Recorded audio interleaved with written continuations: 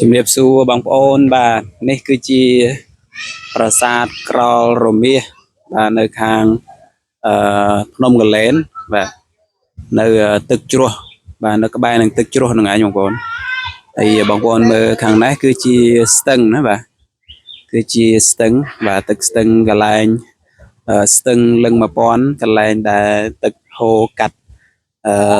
លឹងរបស់ព្រះសិវៈហើយនឹងស្នានរនីរបស់នាងឧមាបាទរបស់ព្រះនាងឧមាហើយនេះគឺជាស្លាកឈ្មោះរបស់ប្រាសាទនឹងឯងបងប្អូនប្រាសាទក្រោលរមាសបាទប្រាសាទក្រោលរមាសនេះគឺមានទីតាំងនៅក្បែរនឹងស្ទឹងបាទនៅក្បែរនឹងស្ទឹងលឹង1000បាទ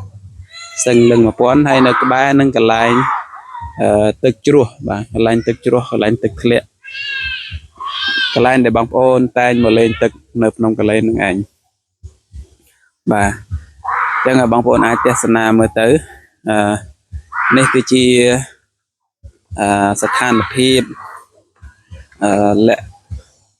លក្ខណៈសំណង់បាទនៅនឹងប្រាសាទក្រោលរមាសនេះ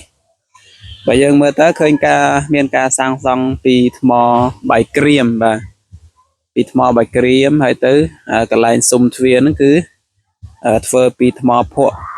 បាទបងប្អូនបានឃើញហើយនេះគឺជាស៊ុមទ្វារដែលបានបាក់រលំមកហើយចំណែកខាងនេះ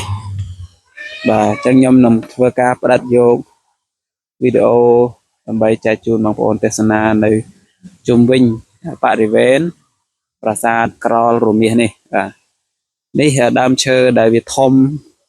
ដែលត្រូវបានអាជ្ញាធរវាតម្លៃឲ្យបានធ្វើការកាប់វាហើយបងប្អូនដើម្បីជាការទប់ស្កាត់បើកាលណាដើមឈើនឹងវាធំវាចាស់វាដួលថ្មទាំងអស់នេះក៏ត្រូវតែដួលទៅតាមដើមឈើដែរបាទដោយសារតែឫសឈើអីចាក់ចូលទៅនេះបងប្អូនគឺសំណង់បើយើងមើលទៅអត់សូវមានលក្ខណៈជាក្បាច់អីច្រើនទេយើងមានឃើញជ្រីនៅតាមផ្ដែទ្វារបាទនៅតាមស៊ុមទ្វារផ្ដែទ្វារនេះជ្រី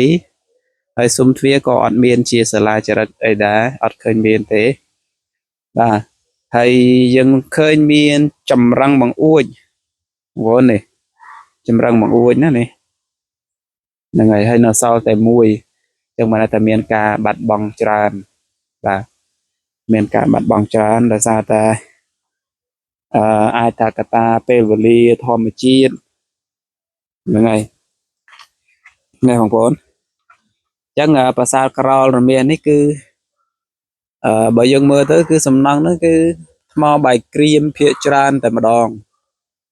សិតតែថ្មបាយក្រៀមបាទហ្នឹងហើយហើយទៅកន្លែងនេះគឺអូពេញអស់ហើយបងប្អូនអើយថ្មកន្លែងនេះគឺជាកន្លែងផ្លូវដើរបងប្អូនឃើញទ្វារទេបាទច្រកចូលច្រកកន្លែងយើងដើរហ្នឹងប៉ុន្តែថ្មបាយក្រៀមបានបាក់ធ្លាក់មកឡើងពេញបឹបតែម្ដងយើងអាចធ្វើដំណើរបានទេបាទអញ្ចឹងយើងត្រូវវៀងទៅម្ខាងទៀតបងប្អូនបាទយើងត្រូវវៀងទៅម្ខាងទៀតអញ្ចឹងយើងវៀងទៅម្ខាងទៀតនេះបងប្អូនកន្លែងនេះគឺជាផ្នែកខាងក្រៅនៃប្រាសាទណាបាទហើយខាងនេះគឺមានការតបច្រែងធ្វើជាស៊ុមធ្វើឈើបាទដើម្បីច្រែងកុំឲ្យបង្អួចនឹងមានការបាក់បែកតទៅទៀតបាទអញ្ចឹងអូនេះបងប្អូនគឺថាមានចម្លាក់ណាបាទមានចម្លាក់ដែរនៅកន្លែងនេះវាមានសភាពរលប់ស្ទើរតែអស់ទៅហើយបាទនេះចម្លាក់នេះគឺជាចម្លាក់តាបោះអេសីបាទក្នុងកាយវិការសមាធិណាបាទសមាធិហ្នឹងហើយអញ្ចឹងទេយើងអាចដឹងហើយថាប្រាសាទនេះកសាងនៅក្នុងព្រហ្មញ្ញសាសនាហើយបាទដោយសារតែមានតាបោះអេសីសមាធិអញ្ចឹងបាទនៅក្នុងព្រហ្មញ្ញសាសនាឬក៏ព្រាហ្មណ៍សាសនាណាបងប្អូនបាទអញ្ចឹងខ្ញុំនឹងធ្វើការដើរមកចំហៀងខាងនេះបងប្អូនមើលឃើញរបងហ្នឹងជញ្ជាំងហ្នឹងនោះគឺជាកំពែងរបស់ប្រាសាទបាទ bà dân dây ấy chùa đáp cứ chia rồi bong bà cứ chia rồi bong rồi bó prasad krol rồi miên nâng anh bà chân dân đa mơ bản tích tiết miên cái bạch ấy khá miên ấy là sol cái này trao bàn pra chơ chia bong bánh rồi bay top mọi miền ca đua lầm màu tỏ tiết này không có nơi cứ tham miên và miên là sao nơi một đồng đấy cứ cứ nó sao ăn này và ta lại dân châu từ anh ấy đây bằng phone bà này cứ dương nơi lệ khả năng chi chùm lạng kho mô cờ lao từ mà đong bạn u sát nam phone bà nhưng mình nước man tha prasad krol rồi miên nó sao có ba chùm lạ sát na bằng phone sát miền tên này hơi nơiនេះគឺក្បាលសសរណាបងចម្លាក់នៅនឹងក្បាលសសរបាទចឹងបងប្អូនមើលបាត់បង់ថ្មនឹងទៅមកចំហៀងហើយបាទចឹងនៅសល់តែចម្លាក់នេះស្អាតណាស់ចំណែកខាងនេះបងប្អូនខាងនេះក៏នៅច្រើនដែរបាទអូគួរឲ្យស្រស់ស្អាតមែនទែនបងប្អូនបាទស្អាតណាស់បងប្អូនមើលឃើញជ្រីចម្លាក់នេះទេនៅផ្នែកខាងក្រោមនេះហ៎បាទនៅផ្នែកខាងក្រោមនេះចាំមើលខ្ញុំចង្អុលបងប្អូនមើលនេះគឺនៅនេះខាងក្រោមនេះបាទបើខាងលើនេះជាចម្លាក់ក្បាច់ចកបាទស្លឹកចកបងប្អូនអញ្ចឹងខាងលើនេះទៀតគឺជាចម្លាក់អីគេខ្ញុំអត់ស្គាល់ដែរបងប្អូនចំណែកឯខាងក្រោមនេះក៏ខ្ញុំមើលអត់ដឹងដែរប្លែកមែនទេបងប្អូនសម្រាប់ខ្ញុំគឺប្លែកដោយសារតែ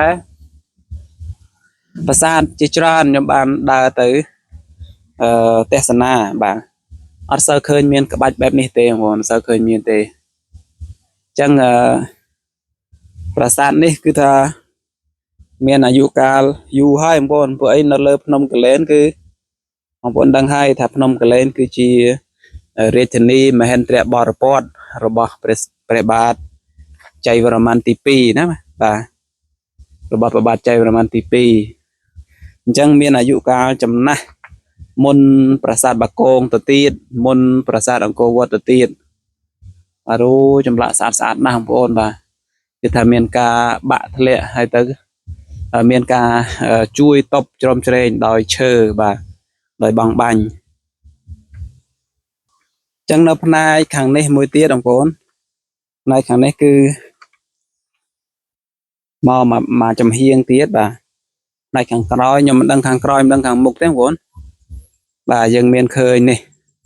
តម្រោបាទតម្រោនេះមិនដឹងជាអាចជាតម្រោរបស់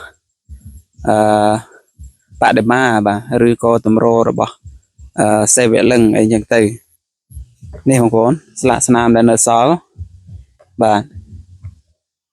ហ្នឹងហើយអញ្ចឹងឃើញថាមានច្រកចាញ់មួយបាទច្រកចាញ់មិនដឹងជាច្រកចាញ់មិនដឹងច្រកចូលបងប្អូនកន្លែងនេះអញ្ចឹងកន្លែងនេះគឺថាមានការកាត់សម្អាតស្មៅបានស្អាតណាស់បាទដោយអាជ្ញាធរដែលមើលថែរក្សានៅតំបន់នេះហ្នឹងហើយបងប្អូនមើលទៅគឺស្រស់ស្អាតណាស់ប្រាសាទបើយើងនិយាយពីទេសភាពធម្មជាតិណាបាទស្រស់ស្អាតបែបបុរាណបាទបែបបុរាណនេះបងប្អូនប្រាសាទក្រោលរមាសបងប្អូនកុំច្រឡំជាមួយប្រាសាទក្រោលរមាសមួយទៀតនៅតំបន់អង្គរណាបងប្អូនបាទប្រាសាទឯនោះគេដាក់ឈ្មោះថាប្រាសាទក្រោលរមាសដូចគ្នាបាទប៉ុន្តែផ្សេងគ្នាបានន័យថាទីតាំងពីរផ្សេងគ្នាណាបងប្អូនបាទគេហៅដូចគ្នាឈ្មោះដូចគ្នាប៉ុន្តែទីតាំងគឺពីរផ្សេងគ្នាហ្នឹងហើយនេះបងប្អូនចំហៀងខាងនេះបាទចឹងទេសំណង់ទាំងមូលគឺថាមានការបាក់បែកច្រើនណាបងប្អូនបាទច្រើនហើយនឹងមានការសេះសល់ប៉ុណ្ណឹងឯងចឹងនេះគឺជាប្រាសាទក្រោលរមាសនៅក្បែរទឹកធ្លាក់នៅភ្នំកលែនណាបាទនៅភ្នំកលែនចឹងបងប្អូនដែលបានមកលេងភ្នំកលែនឬក៏ដែលនឹងមកលេងភ្នំកលែនក៏អាចចូលទេសនាបានដែរបងប្អូនបាទសំណង់ពីថ្មបាយក្រៀមបាទសំណង់ថ្មបាយក្រៀម បាទបងប្អូនអញ្ចឹងសម្រាប់វីដេអូហ្នឹងក៏បានមកដល់ទីបញ្ចប់ហើយក៏សូមអរគុណបងប្អូនសម្រាប់ការតាមដានតាំងពីដើមរហូតដល់ចប់បាទហើយជួបគ្នានៅក្នុងវីដេអូក្រោយបាទជម្រាបលា